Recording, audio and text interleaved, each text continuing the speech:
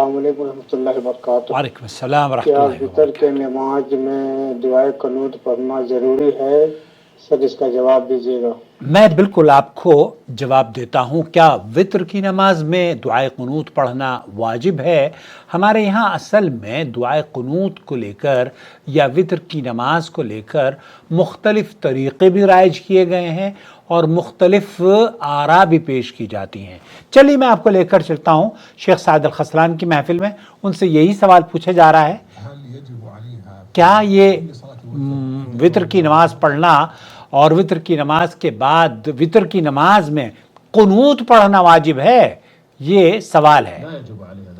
لا یجب علیہ ذلک، یہ کسی بھی مسلمان پر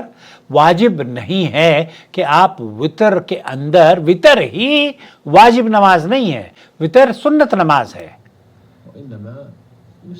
یستحب، یہ مستحب عمل ہے۔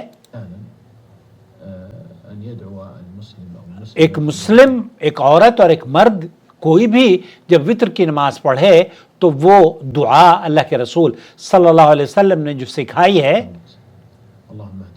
اللہم اہدنی فی من ہدیت، تو یہ اصل میں ہمارے یہاں جو لوگوں کے ذہن میں یہ بات بیٹھ گئی ہے کہ وطر کی نماز میں دعائے قنوت پڑھنا واجب ہے۔ اللہ تعالیٰ نے قرآن کریم میں یہ فرماتا ہے وَقُومُوا لِلَّهِ قَانِتِينَ،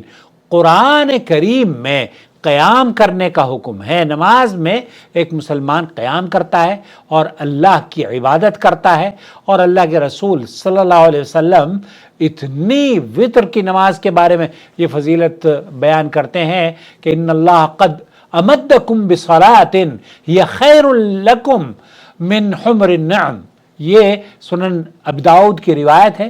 اللہ کے رسول نے فرمایا کہ اللہ نے تمہیں ایک نماز عطا کی ہے جو سرخ اونٹوں سے بھی افضل ہے، سرخ اونٹوں سے بھی زیادہ افضل ہے، اور وہ جو نماز ہے نا وہ عشاء کے بعد فجر کے درمیان وطر کی نماز ہے۔ اور اللہ کے رسول صلی اللہ علیہ وسلم نے یہ فرمایا فَجْعَلُوا آخِرَ صَلَاتُكُمْ وِطْرًا، تو آپ علیہ الصلوۃ والسلام نے یہ فرمایا کہ آخری جو آپ کی نماز ہونی چاہیے وہ وطر کی ہونی چاہیے۔ اور حضرت حسن ابن علی رضی اللہ تعالیٰ عنہما یہ فرماتے ہیں کہ علمنی رسول اللہ صلی اللہ علیہ وسلم کلمات اقولہن فی قنوت الوطر، تو آپ علیہ الصلوۃ والسلام نے حضرت حسن کو یہ دعا سکھائی تھی۔ یہ ضرور اگر آپ کو یاد نہیں ہے نا تو اسے آپ اس طریقے سے کتاب میں لے کر بھی پڑھ سکتے ہیں، شیخ محمد صالح عثیمین نے فرمایا فون میں بھی لے کر پڑھ سکتے ہیں، لیکن اگر یاد نہیں ہے تو شیخ سعد الخسلان یا اہل علم کا موقف یہ ہے کہ کبھی کبھی اگر یاد ہو تو بغیر دعائے قنوت پڑھے بھی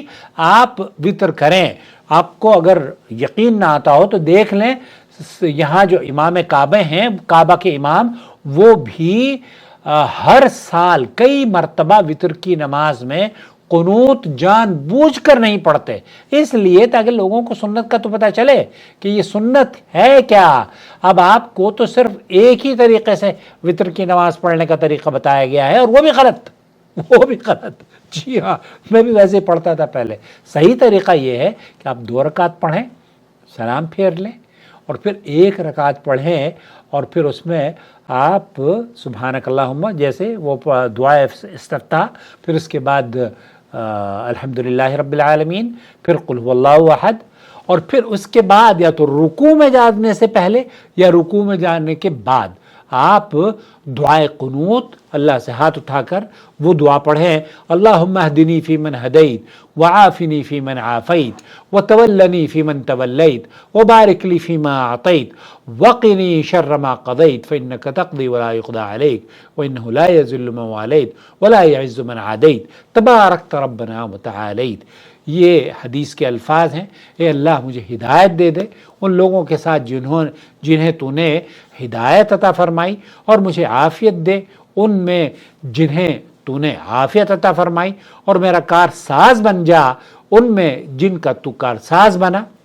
اور جو کچھ تو نے مجھے عطا کیا ہے اس میں برکت عطا فرما، اور جو فیصلہ تو نے کیا ہے اس کی شر سے مجھے بچا، بے شک تو فیصلہ کرتا ہے اور تیرے خلاف کوئی فیصلہ نہیں کرتا۔ جس کا تو دوست بن جائے وہ ذلیل نہیں ہوتا، وہ رسوا نہیں ہوتا، اور جس سے تو دشمنی کرے وہ عزت نہیں وہ اس کو تو اللہ رب العالمین کی اگر وہ دشمنی یہ تو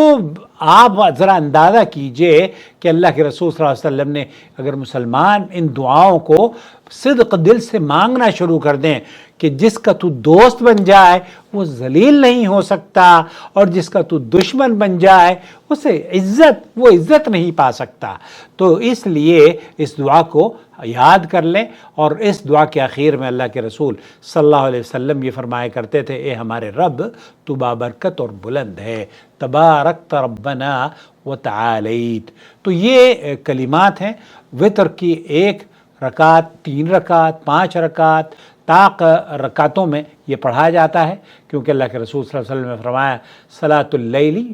مثنا مثنا، رات کی یہ نماز، رات کی ہر نمازیں فرض نماز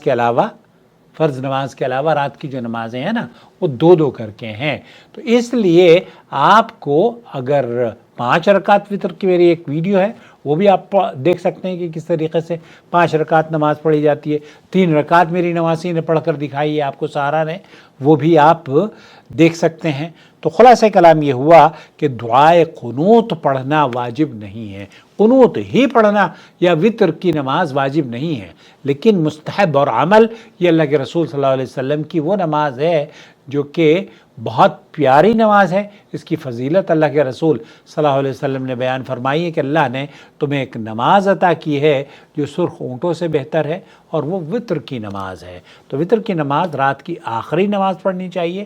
اور اس کو آپ اس طرح سے نہ پڑھیں جیسے ہمارے یہاں حنفی مساجد میں ہم لوگ پڑھتے تھے۔ وہ پہلے تو ہمیں یہ بحث کی جاتی ہے کہ رفع دین نہیں کرنا چاہیے۔ اچھا، رفع دین خود وتر کی نماز میں کرتے ہیں، وہ ہاتھ اٹھا کر